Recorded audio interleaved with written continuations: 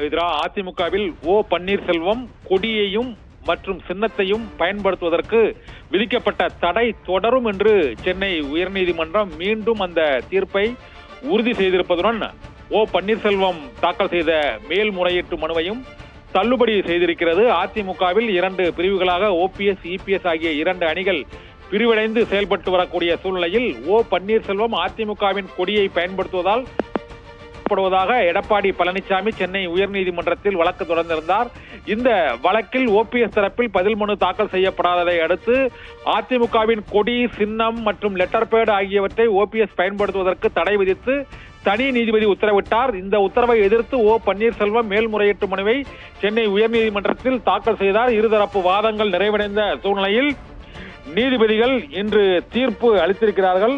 அந்த தீர்ப்பில் ஓ பன்னீர்செல்வம் அதிமுகவின் கொடியையும் சின்னத்தையும் பயன்படுத்தக்கூடாது என்ற தீர்ப்பை உறுதி செய்து மகாதேவன், முகமது சஃபீக் ஆகியோர் அடங்கிய அமர்வு தீர்ப்பு அளித்துள்ளது.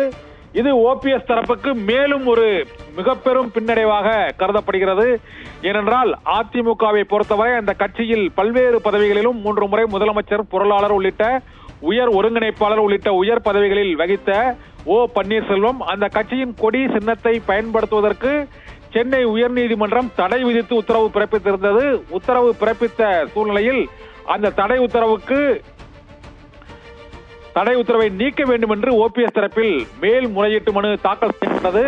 மேல்முறையீட்டு மனு தாக்கல் செய்யப்பட்டதை சூழ்நிலையில் இப்போது தடை தொடரும் என்ற தீர்ப்பை சென்னை உயர்நீதிமன்றம் அளித்திருக்கிறது.